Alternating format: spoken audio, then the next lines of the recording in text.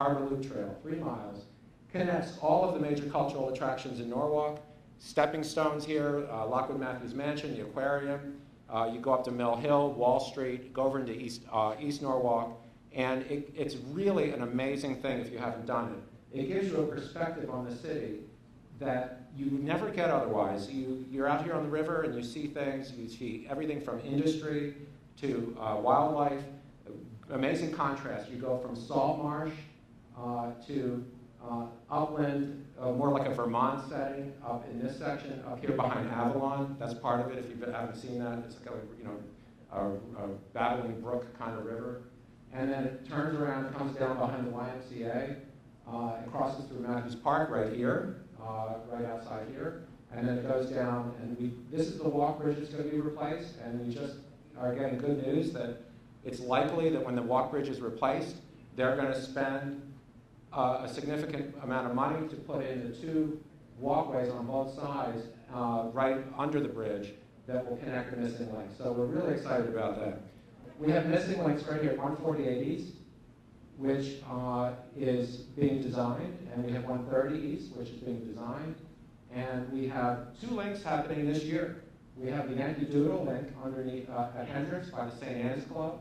That's going to be happening this year. And we have 40 Cross Street, which is shown here. This is already city right away. This is the medical building. And then this is the NRVT that was just approved, which is over there under that balloon. And that goes up to New Canaan Avenue. This is the Union Park section. So right now we have the Harbor Loop Trail shown on Byington Place. And it's just basically a one street. But it connects up through Freeze Park. There's a bridge construction there now, so it's a little iffy. But it runs right through Wall Street in front of Fat Cat, and then down Smith Street, and then all the way through. So with these missing links, we can just go up on the sidewalk on East Avenue and come back down. The same thing here. So I think we're going to mark it. What's really interesting is there's a piece that cuts right through. It was built 50 years ago. It's narrow, but it's a walkway on the Yankee Doodle Bridge.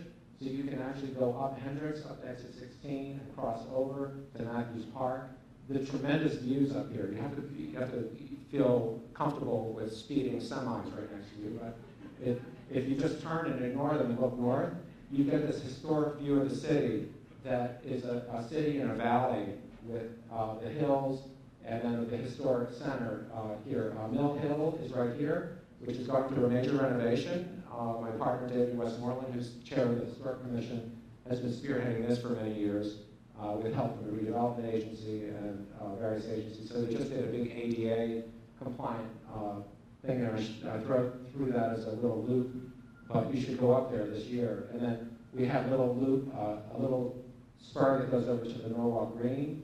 And then we have these other loops that come off the Oyster Shell Park, as Jim mentioned. And then we have the Matthews Park loop. Then we've got the Vets Park loop. I mean, basically, let's just say we're destined to become a bike-friendly, really cool city in a very short time when all of these things get opened and signed. Signage is really important, but we needed a constituency, we needed support. We have it now. Look at this room. I'm just thrilled.